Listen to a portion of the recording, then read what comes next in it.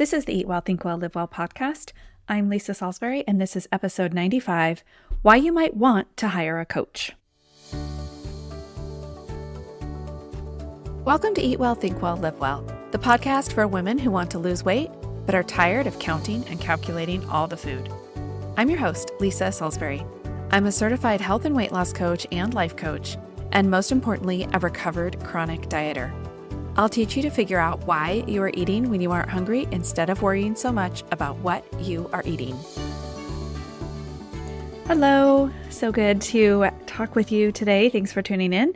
I hope that your weather is getting just as beautiful as mine is. My garden is really taking off. I got all new tomato cages this year, so I'm really hopeful that I can contain the jungle that I have had the last couple years.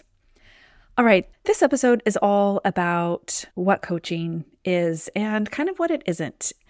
The first thing I want to say is no one needs a coach, but you might want one.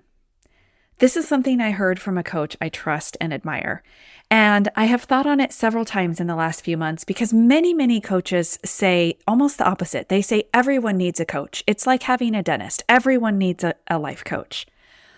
But I wanted to talk to you today about why you don't need a coach, but why you might want one.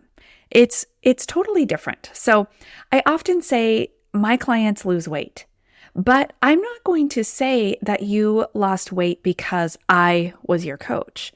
You did it. You did the work, but coaching might just be the exact right tool for you. Nail guns don't build houses, but they are great tools to use. Could you build a house without a nail gun? Sure, probably. I don't know, not a construction worker, but you could use a hammer, might be slower. You could use screws and drills and all the other things that bind wood and sheetrock and all the housey things together. There are lots of tools in the tool belt when you build houses. The same is true when you're trying to lose weight. You could join a gym that hopefully has a nutrition program. You could find a weight loss partner, friend, someone to keep you accountable and to report to. You could download an app and follow the instructions there, although this is my least favorite way. You could buy a book, follow that. You could get a journal and write down everything you eat.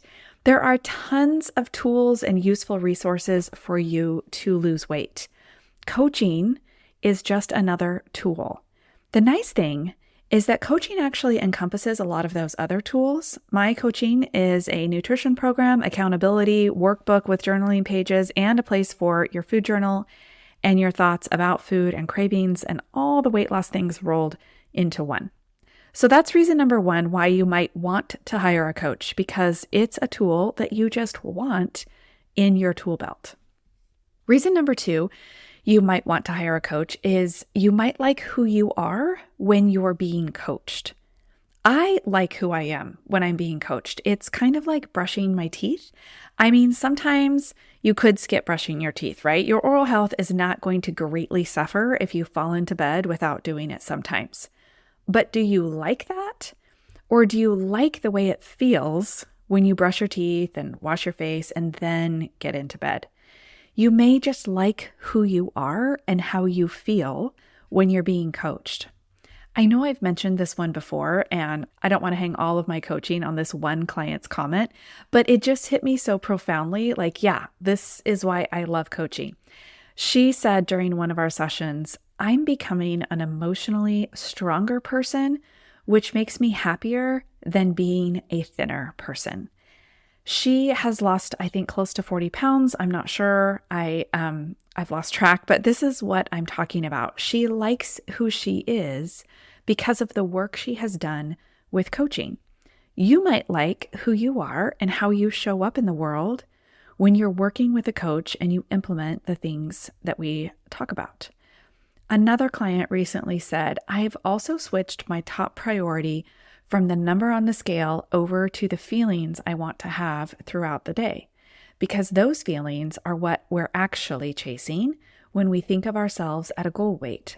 I can cultivate those feelings now instead of waiting to lose all the weight. I think this really illustrates the idea of liking who you are when you're being coached and focusing on intentionally creating your life instead of only focusing on the scale weight, which I think can happen when you're just simply doing a diet. Third reason you might want to hire a coach is to check your blind spots. I had a client recently say that I helped her reach her goals by reflecting back the truth of what I could not see. I thought that was really interesting. Where do you think your blind spots are? Where are you thinking that you're like, quote unquote, doing everything right?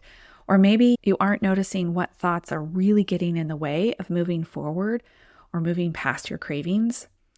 The thing about true blind spots is that most of the time, you really truly don't know what they are. Often a client is telling me something either as fact or as some trivial side note, and I'm like, there it is.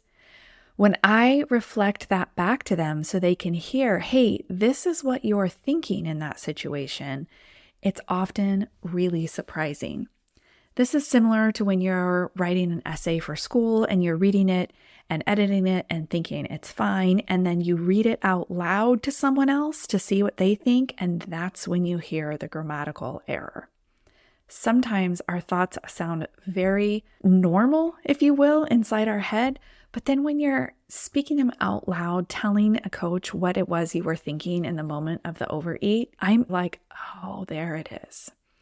When you're telling the story of why you overate, I'm able to hear that thought error in there and then just help you see it as well. Okay, that's it. Just to sum up, reasons you might want to hire a coach. Number one, it's a great tool to have in your tool belt of weight loss. Number two, you like who you are when you're being coached, or you like who you are becoming as you implement the tools in the program that I teach.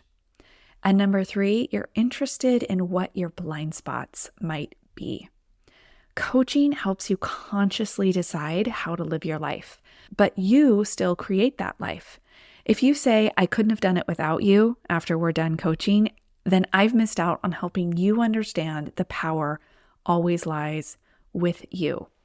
I understand that's my client's way of saying thank you, and I can just say you're welcome, but I hope I always show them how they are the creator of their results, and I can still not believe that they couldn't have done it without me.